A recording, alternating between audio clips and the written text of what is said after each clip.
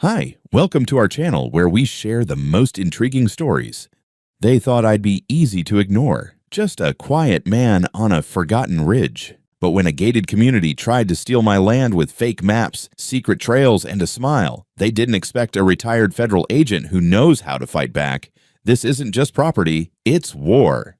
I didn't move to the mountains for the view, although waking up every morning to a horizon lined with peaks instead of power lines has its perks. I came here to disappear. After 20 years in federal service, most of them chasing down land fraud rings and easement rackets from Louisiana to Alaska, I wanted silence, trees, and the kind of solitude that doesn't need to ask permission. So, when I bought an abandoned pasture just outside Gunnison, Colorado, all 320 acres of it, I made sure every inch of that land was mine, clean and clear. 2 surveyors, a private notary, and a county clerk made sure of that. No HOA, no neighbors. No problem. The first few months felt like I'd finally cheated the system. A man who made a living reading fine print, now living beyond it. I rebuilt the fence along the northern ridge, cut a new road through the old logging trail, and set up motion-triggered cameras along the perimeter. I patched up the decaying barn, fitted a steel lock to the front gate, and poured concrete for a solar-powered well house.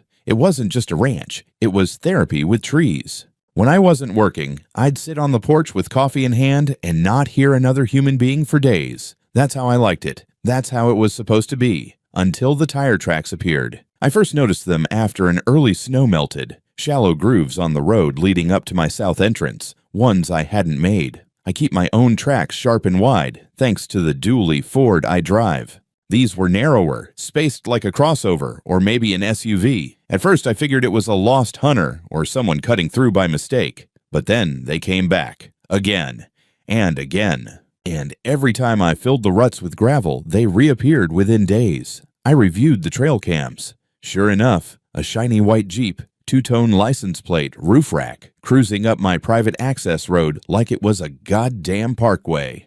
They didn't stop, didn't knock, didn't turn around. Just passed through and disappeared beyond the trees. That pissed me off more than I expected, not because of the trespass, I'd seen worse in my career, but because of the confidence. The assumption, like whoever it was, figured no one lived up here, or if someone did, they'd be too quiet or too old to care. So I decided to find out where they were coming from. I launched the drone from the ridge above the South Road, a custom-built quadcopter with thermal imaging and a 2-hour flight time. I traced the Jeep's path downhill, over a couple ridge lines, and across a clearing. That's when I saw it. A brand new development, maybe 30-40 houses, all with identical siding, American flags waving from porches, and driveways shaped like tongues. It looked like suburbia had sprouted in the wilderness, a place that didn't belong this far up.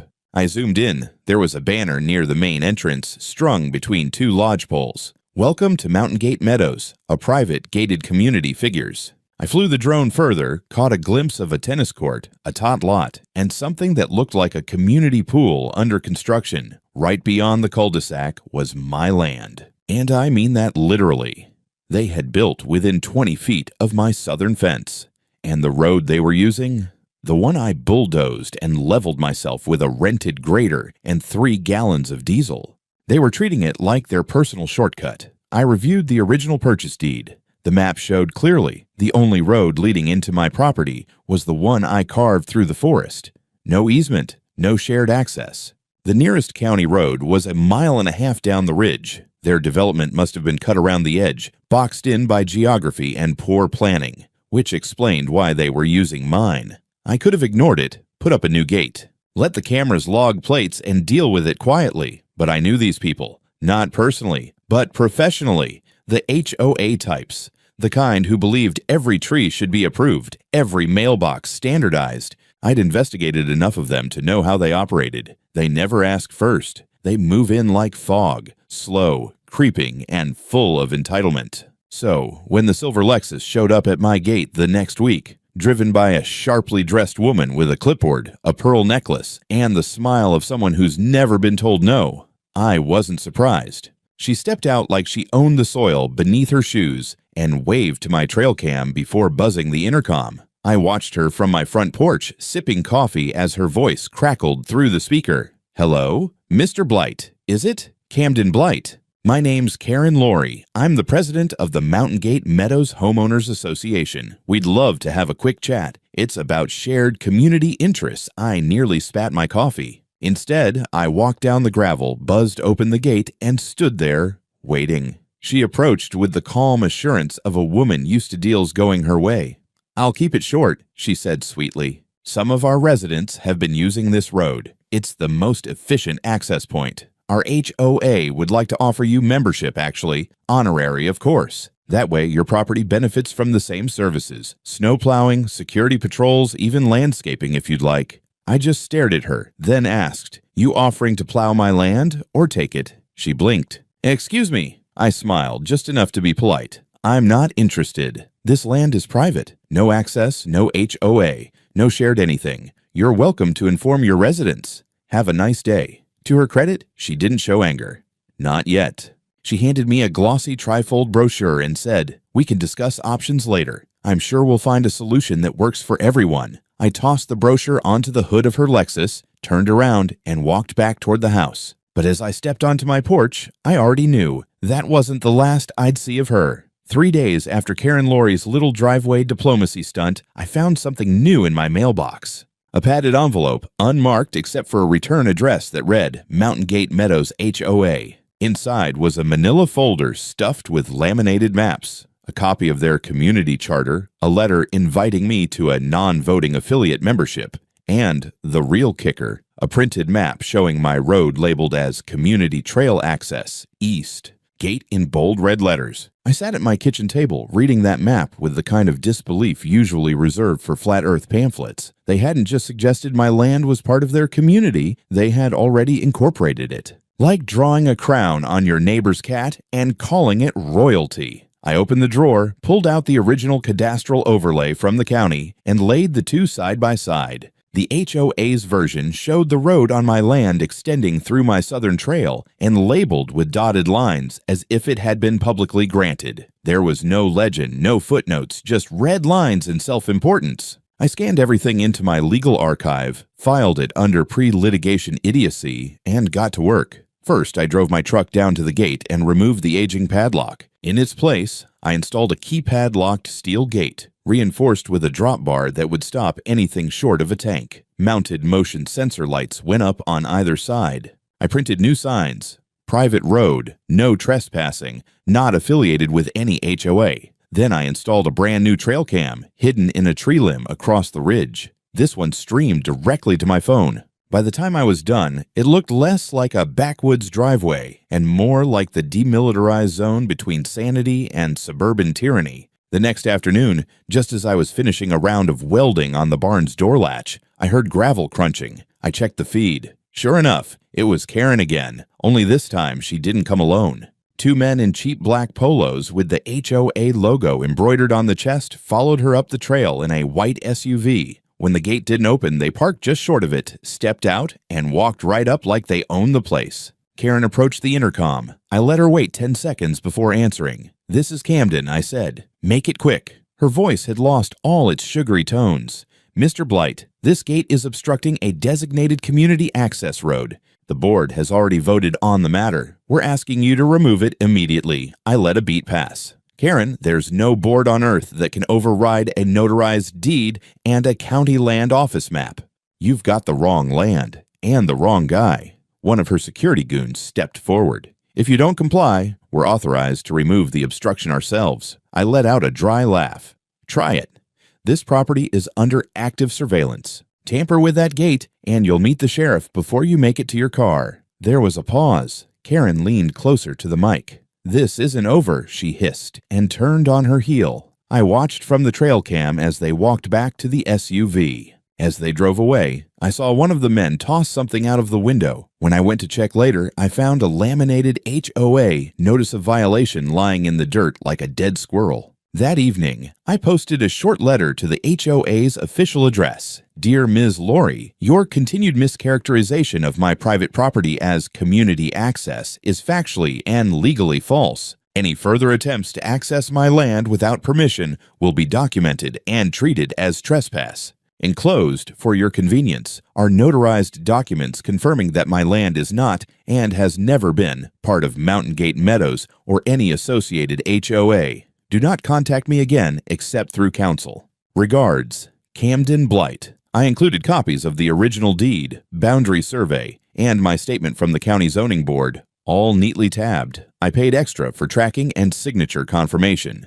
2 days later, the sheriff showed up. It was early morning when I heard the crunch of tires on gravel and looked up to see a marked cruiser stopping near my mailbox. Out stepped Deputy Thomas, a man I'd met once at the local hardware store when he asked if I was the guy rebuilding the old Johnson pasture. He made his way up the trail slowly, hands visible, posture neutral, the kind of approach you take when you're visiting someone who might legally own a sniper rifle. "Morning," he said, tipping his hat. "Got a call from the HOA down the ridge. Said you were blocking a public access road. Figured I'd come check for myself." I nodded toward the porch. "You want coffee or paperwork?" "Paperwork," he said, smiling faintly. We sat at my kitchen table for 20 minutes. I showed him everything: deed, tax records, zoning map overlays, even a photo of the road before I rebuilt it. He listened without rushing, flipping through the documents like a man who'd been dragged into more than one HOA squabble before. When he finally closed the folder, he said, "Looks pretty cut and dry to me. This is your road. Not public, not shared, not easemented. Just you." I nodded. "Glad we agree." He scratched his neck. "Karen Laurie's been active, let's say. Had a few complaints already this year, but yours is the first time she's tried to redraw county lines." Before he left, I handed him a USB stick. "Trail cam footage. Her people threatened to forcibly remove my gate. Figured that might be relevant later." He slipped it into his pocket. "I'll keep this on file. For now, you're in the clear. Just keep documenting everything. And maybe invest in some heavier locks." Already did. He tipped his hat again and left. I stood at the window for a long time, watching the cruiser vanish down the trail. Something told me that Karen wasn't done. The HOA didn't wait long to make their next move. It was barely a week after Deputy Thomas confirmed everything was above board when a new envelope arrived, this one certified, with an official-looking seal and a return address, not from the HOA, but from something called the Regional Community Boundary Integration Council. I'd never heard of it, and the title already stank of made-up authority. Inside was a formal notice of a proposed revision to community mapping boundaries, accompanied by, you guessed it, a new map. This one was even more absurd than the last. It showed my southern access road marked not only as community trail access, but as part of a planned Greenbelt Connector initiative linking Mountain Gate Meadows to a future network of recreational trails and wildlife observation points. In other words, they were trying to pitch my land as a public park. There were hand-drawn notes in red pen along the bottom margins. Pending HOA vote. Coordinate with County Works Department. And, in Karen's familiar cursive scrawl, the words, "He won't use it anyway." Might as well make it beneficial to the neighborhood. I stared at that sentence longer than I'd like to admit. That evening, I walked the southern fence line. The wind was picking up, and the last light of day scraped across the ridge like a blade. That's when I saw it. A brand new sign bolted into one of my pine trees, right where the old trail veered onto my property. It was made of engraved plastic, HOA colors, clean and professional. It read, "Private Trail, for residents only, Mountain Gate Meadows HOA." My blood didn't boil. Not yet. This wasn't rage. This was something colder. I pulled out my phone, took photos from 3 angles, and logged the GPS coordinates. Then I hiked up to the old fire watch point where I kept my drone launch station. Within minutes, I had the quadcopter in the air, following the ridgeline down toward the HOA's side. That's when I saw them. A small group of people, maybe 6 or 7, gathered just past the southern gate on my side. Fold-out chairs, coffee thermoses. One guy had a tablet, another had what looked like a measuring tape, and there was Karen, front and center, holding a clipboard and gesturing toward my trees like a realtor about to list the view. I zoomed in with the drone's camera and hit record. No one had seen it yet, not until Karen looked up.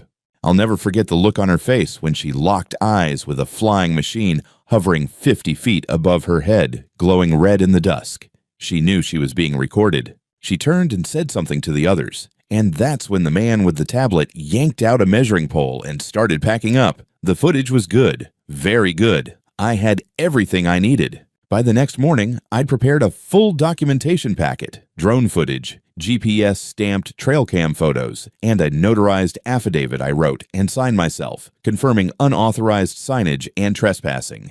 I emailed it to both my attorney, a woman named Emily Copeland, a sharp, no-bullshit land use lawyer I'd worked with in the past, and to the county land office. Emily called me 20 minutes later. "You've got them," she said. "That sign alone is criminal trespass. The fake boundary council? That's mail fraud if they passed it off as official, and Karen Laurie's handwritten notes.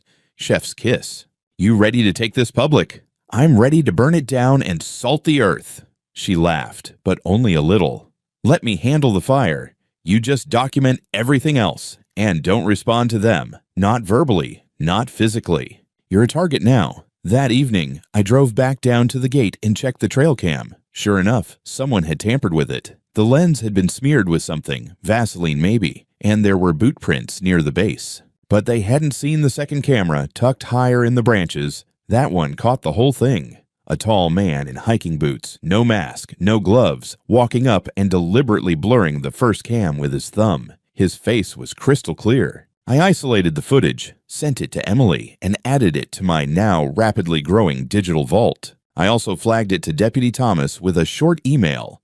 Subject: additional trespassing activity. Footage attached. Please advise if escalation protocol is warranted. He responded within the hour. Got it. That's a resident named Clay Denson, HOA board treasurer. We'll be paying him a visit. You want to press charges? I told him yes. Later that night, I was walking the fence line again when I found something else, something that hit differently. A small black camera, not mine, taped inside the hollow of a tree, aimed inward toward my clearing. A wireless unit, battery pack still warm. I stood there staring at it, breathing slowly. This wasn't HOA anymore. This was surveillance. I didn't touch it. Instead, I took photos, logged the position, and walked away like I hadn't seen a thing. I wanted it undisturbed for the sheriff's office. But I knew what this meant. They weren't just testing boundaries anymore. They were planning something. I didn't sleep that night, not because I was scared. I've dealt with cartels that used fake churches to launder land titles. I've stared down sovereign citizens with backyard militias. I've walked into a compound in Arizona where the only way out was through the front gate or a pine box. But this was different. Not louder, not more dangerous, just slippery. These people weren't trying to intimidate me. They were trying to absorb me, like a parasite convinces the host it belongs there. By morning, I'd already prepared a new evidence package, one that included time-stamped footage of the camera I found in the tree. I left it untouched, exactly where it was, and marked the coordinates for law enforcement. Then I did something I hadn't done since retiring. I deployed surveillance of my own. That afternoon, I hiked out to the forest boundary with a gear bag slung over my back and 2 hours of battery life on my thermal drone. I wanted to see if they'd come back, not just to the gate, but past it. I climbed the Firewatch platform I'd refurbished last spring, laid out a camouflage blanket, and watched the feed on my tablet. They came at dusk. 3 people, 2 men, 1 woman, all mid-40s to 50s, HOA type, polos and jeans, clipboards, flashlights. They weren't sightseeing.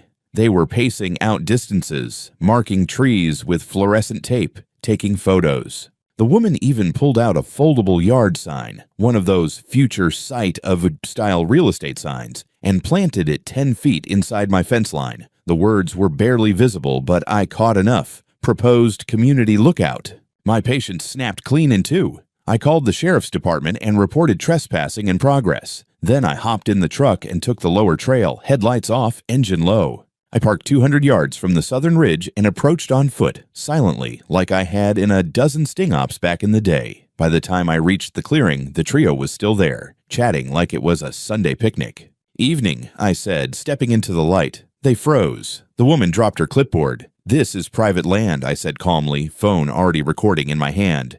"You're trespassing. The sheriff is on his way. I suggest you wait here." One of the men, short and sweaty with a salt and pepper beard, tried puffing up. "We were told this was common access." "By whom?" He hesitated. The woman answered instead. "Mrs. Laurie said the board approved a temporary scouting visit for community development. No harm intended. You're 10 yards onto my property with a real estate sign and survey tape. That's more than harm." That's attempted land fraud. The man stepped forward. Hey, don't go throwing around. I cut him off. I know what this is. I've spent 2 decades prosecuting exactly this kind of stunt. HOA boards trying to establish implied access by repeated use. You're softening the ground, creating a record. The third one, tall, silent until now, looked between us and said flatly, "We should go." "No," I said. "You're going to wait. The deputy will want to talk to you." They didn't argue. That was smart. Within 15 minutes, 2 cruisers pulled up. Not just Deputy Thomas this time, but also a younger officer named Marinelli. The HOA group tried to spin their story. Confusion over maps, a miscommunication, a harmless planning session. I handed Thomas the footage, the photos, the boundary overlay. Marinelli looked like he wanted to slap someone. "We've warned them before," Thomas muttered to me as the group stood awkwardly near the sign they'd planted. "You warned her," I corrected. "Now they're acting as agents of the board." Thomas nodded. "I'll take their statements. But this is getting above my pay grade." The next morning, I woke up to find the trail cam feed had been wiped, corrupted somehow. Not just blurred, deleted. I checked the backup. Also gone. That told me something even more alarming. Someone had gotten close enough to access the cam's onboard storage. This wasn't trespassing anymore. It was reconnaissance. I met with Emily in town that afternoon. Showed her everything. Her reaction was immediate. "We're filing. Full civil complaint, trespassing, unauthorized signage, harassment, boundary interference, and we'll open the door to criminal charges too. You ready to be a plaintiff?" "I've been building the war chest," I said. "Time to spend it." She started drafting the complaint the same day. That night, as I was finishing a perimeter check, I caught movement on the ridge. Not headlights, not people, a drone. Someone else was flying one now. Smaller than mine, commercial grade. It hovered for a moment, then zipped away toward the HOA development. They were watching me now. Good. Let them watch. By the time Emily filed the complaint, I already had motion sensors set up along the southern trail and a new encrypted storage system for my cameras. I wasn't just documenting anymore. I was baiting them. The footage from the drone I saw last night turned up online 2 days later. A short clip posted anonymously on a local HOA Facebook group titled "Uncooperative Ranch Owner Endangers Community Trail Access." The video showed only a cropped view of my gate and fence, overlaid with dramatic captions. "Barricaded trail," "hostile to residents," and "development blocked by single owner." Comments poured in, parroting HOA talking points. "He should just share. He doesn't even use the road. Why is one man holding back progress?" Karen's fingerprints were all over it. I'd seen her PR tactics before. Turn public opinion, twist facts, weaponize perception. This wasn't about land anymore. It was about narrative. I wasn't about to play defense. That same evening, my new private security contractor arrived, a man named Julian Vega, ex-deputy from Santa Fe County, now running his own licensed land protection outfit. He didn't wear camo or talk tough, but the guy had presence. Calm, direct, no wasted words. "You expecting armed conflict?" he asked, scanning the ridgeline. "No," I said. "Just entitled suburban warfare." He chuckled. "Good. My rates go up for bullets." I gave Julian access to the interior gate and showed him where I'd already marked hotspots from prior incidents. He reviewed everything: drone clips, trespass footage, screenshots from the HOA group. Then he pointed to the spot near the southern fence where the fake lookout site sign had been. "They'll be back here," he said. "Soon. Probably with something that looks just official enough to scare you." 2 nights later, he was proven right. Julian caught an SUV trying to come through the lower gate after dusk. A man behind the wheel flashed what looked like a permit. Julian wasn't impressed. "What's this for?" he asked, flipping the paper under his flashlight. The guy hesitated. "HOA Development Department. Approved observation rights. We're authorized to inspect for ecological integration." Julian raised an eyebrow. "You realize you're on private property? And that this form is 3 years old and missing a stamp." The guy blinked. "We were told." "Don't care," Julian said. "You're trespassing. Back out or wait for county deputies." The SUV backed out. I reviewed the footage that night. The permit was laughably bad, printed from an outdated county website, with an altered footer and a forged signature from a real employee who hadn't worked there since 1929.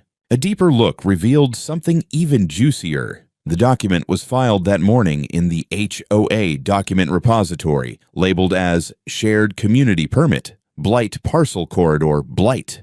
My land. These people were out of their minds. I called Emily the next morning. She was already one step ahead. Camden, she said, they just filed a copy of that permit with the county registrar's office. Not the real planning department, just the deed desk. They're trying to create the illusion of county recognition. My stomach turned. They're laying down paperwork. Yup, hoping it sits unchallenged long enough to imply consent. Classic quiet title preparation. But we've already flagged it, and I've got a friend in the recorder's office. We'll issue a counterclaim and notify the DA. The next part came fast. 2 days after that call, I got a knock on my gate. A county land use inspector. Legit badge, legitimate authority. He was apologetic from the start. Mr. Blythe, sorry to bother you, sir. We received a complaint about unlawful obstruction of a mapped public access route. Got a request for inspection from an HOA entity. I'm required to at least verify. I nodded, kept calm. You're being used. I figured, he said. You mind showing me the documents? I gave him everything. The notarized title, boundary survey, GPS overlays, video logs, and the falsified documents the HOA had been circulating. He reviewed it all on his tablet, eyes going wide. Jesus, they really thought this would work. They still think it will. I'll be filing a formal report, he said. You'll get a copy. And I'll recommend an investigation into fraudulent filings. Later that night, Julian called me out to the trailhead. He'd found something. A bundle of survey stakes, new ones, not county issued, hidden under a tarp beside the trail. Each one was tagged with orange ribbons marked MGMHOA Corridor South. It was clear what they were planning. An unsanctioned fake easement path. If they planted it and photographed it, they could show use in progress to bolster their claim. I took the stakes, loaded them into the back of my truck, and drove them straight to the county land office with a signed affidavit and Julian's footage as proof. I wasn't reacting anymore. I was dismantling their strategy before it launched. I knew they weren't done. People like Karen don't retreat. They regroup. That's the most dangerous part of this kind of war, when it gets quiet, when people stop knocking, stop driving up to the gate, stop commenting on HOA message boards. That's when you start looking at the treetops, not the trail. That's when you get the sense they've found another angle, one that doesn't rely on permission. It came on a Thursday morning, just before sunrise. Julian was the one who spotted it first. Tire tracks in the soft dirt just beyond the northern ravine. Not the southern trail this time. Not the old road. The north ridge. Steeper, narrower, covered in brush. It wasn't marked as a primary entry point because there was no road there. Or at least, there hadn't been. We hiked up to the ridge and found a shockingly well-cut trail. Brush cleared, stones removed, even a few pieces of fresh gravel laid down. It ran maybe 100 yards along the edge of my property, then cut sharply downward toward the back end of the HOA community. They were building a secret trail, a bypass, something they could pretend had always existed. And they were doing it off books, no permits, no survey flags, no recorded access. It was an easement heist in progress. I took photos, GPS markers, video logs. Then I climbed down the slope, boots crunching soft dirt, until I reached the property line. There, tucked into the base of a tree, was a small wooden post with a laminated sheet nailed to it. Community Access Path, Do Not Disturb, under review by Mountain Gate Meadows, HOA Planning Board. I stared at that sign for a long moment, then pulled out my phone and hit record. This is Camden Blythe. I am standing at the northern boundary of Parcel 47, private property registered under my name, GPS verified, with no easements on record. This path is unauthorized. This sign is unauthorized. And anyone crossing this point will be considered in violation of state trespass law. I emailed the file to Emily with one line of text. They've escalated. Her reply came fast. We're amending the suit. Add constructive trespass, malicious encroachment, and intent to mislead a public office. I'll get a surveyor out there by Monday. Julian and I didn't wait. We set up trail cameras along the ridge path, camouflaged with bark wraps and pine needles, one on each curve, one overhead, one aimed directly at the fake sign. Then we left. Didn't touch a thing. Didn't mark our presence. Let them think it was working. And, oh boy, did it ever. That weekend, the cams captured 8 separate crossings. HOA members, some alone, some in pairs, a couple even with kids, walking the new trail like it was a Sunday hike. They took pictures, pointed out spots. One guy even had a clipboard. They weren't hiding it. But the real jackpot came on Sunday afternoon. Karen herself, flanked by two younger men in business casual. One of them had a measuring wheel. The other had a drone. They were mapping the path. Karen paused in front of the sign, nodded toward it, then looked directly at the drone and said, "This will look amazing in the newsletter." They need to see what they're missing. I smiled so wide, I nearly dropped the tablet. The footage wasn't just gold, it was platinum. Emily was ecstatic. This is full-on evidence of malicious expansion. Combined with your deed and the footage of them trespassing from two directions, we've got a pattern. They're manufacturing access points to claim precedent. The next move had to be bold. We called in Marcus Thorne, an independent land surveyor with 23 years of field credibility and courtroom testimony experience. He wasn't cheap, but nothing worth doing is. Marcus came out on Wednesday, hiked the full perimeter, documented everything with LiDAR and GPS overlays, and by Friday had a full-color topographic report showing no existing public access on record and two unauthorized trail cuts that clearly violated my deed's boundary. Then he hit me with the best part. They're not just building access, he said. They're doing it in a way that avoids detection. See this angle here? They're running it along the tree line, where satellite imagery can't pick up new disturbance unless you adjust the contrast manually. It's designed to age quickly. Once the grass grows over it, it'll look established. So it's camouflage. Exactly. A visual lie. That same day, Julian intercepted another HOA member, this time inside the boundary near the old dry creek bed. She was startled, claimed to be exploring, then handed over a folded map labeled Community Connectivity Plan, Revision 2. Emily's jaw dropped when she saw it. They're drawing in trails that don't exist. This is preemptive retroactive falsification. If this gets submitted and nobody catches it in time, they'll point to it as proof of long-standing shared use. It's a land grab, Camden. Full stop, we didn't sleep that night. I wasn't dealing with suburban overreach anymore. I was staring down a calculated step-by-step invasion, not by force, but by bureaucratic illusion. So I prepared my own next move. I spent the morning printing large signs, not passive warnings, but bold legal statements. Private property, no public access, video monitored, county map on file. I laminated each one, mounted them on thick wooden boards, and posted them at every entrance, including the new ridge trail. Then I dropped a formal notice at the county recorder's office. Photographic evidence, GPS overlays, the surveyor's map, and a notarized declaration contesting all false HOA filings. By evening, I received confirmation that a fraud investigation had been opened at the county level. Someone at the recorder's office flagged the Connectivity Plan Revision 2 as suspicious. Probably the same person Emily tipped off. We were finally ahead of them, but only just. That weekend, it escalated again. Julian spotted a man in a reflective vest walking near the new signs. He claimed to be a state inspector, but refused to show ID. When pressed, he left, fast. We reviewed footage and caught a glimpse of his car's plate, registered to a landscaping company, owned by Karen's nephew. Emily filed a cease and desist letter to the HOA citing criminal impersonation. That same day, I received a letter in my mailbox, not through mail, but hand-delivered, a notice from the Mountain Gate Meadows Legal Committee demanding arbitration over shared use rights for the road and the ridge path. I laughed out loud. They weren't even pretending anymore. Emily was less amused. This is bait. If you respond even to decline, they'll claim you acknowledged the dispute. That gives them grounds to pursue mediation and claim jurisdiction, so I ignored it and doubled down. I installed floodlights with motion sensors at both illegal trail entrances, not just for security, but for footage. I knew they'd come again, and they did. At night, two masked individuals appeared on the drone feed, attempting to remove my signs. One carried bolt cutters. The other had a can of black spray paint.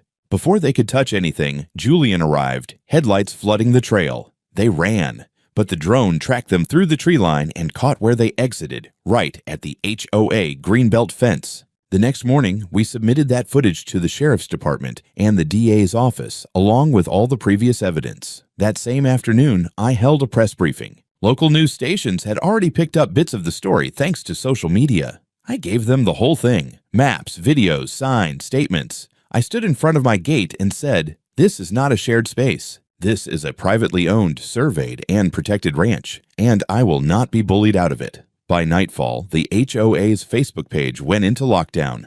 Karen posted a single statement. "We believe in community cooperation and will pursue all legal avenues to ensure safe access for our residents." Julian smirked when he read it. Translation: "We got caught, but we'll keep trying." But now the tide was turning. The sheriff's office confirmed an active criminal probe into forged documents and trespass activity, and I had one final move left.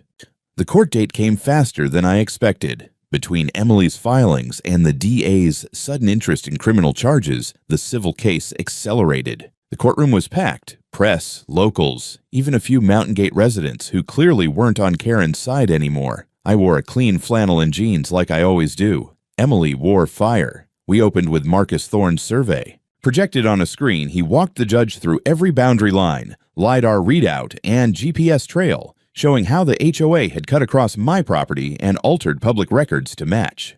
Then came the footage. Karen directing people down the secret trail, residents placing new signage, the drone capturing masked trespassers, the fake state inspector near the ridge. Emily presented the notarized deeds, the public notice filings, and a recorded statement from a former HOA board member who flipped, said Karen and a contractor had drawn up a connectivity plan, knowing it would eventually be used to pressure me into ceding land access. Karen's attorney tried to play it off as a misunderstanding. My client believed the road had historic usage. Any trail activity was the result of communal assumptions. Emily fired back. Then explain the forged county filing. Explain the false inspector. Explain why your client installed unauthorized surveillance cameras on a property she claims isn't hers. The judge didn't need much time. Verdict: the HOA must remove all signage, trails, markers, and cameras from my property within 30 days. They owe me $380,000 in damages for trespass, surveillance, and legal costs. Karen was referred for criminal prosecution for submitting falsified access documents to a government office. I didn't smile, I didn't gloat, but I did shake the judge's hand. The next day, I began sealing the borders. I hired a contractor to install reinforced automatic steel gates with buried concrete footings, floodlights, 2 extra cameras. Julian helped me laser etch metal signs.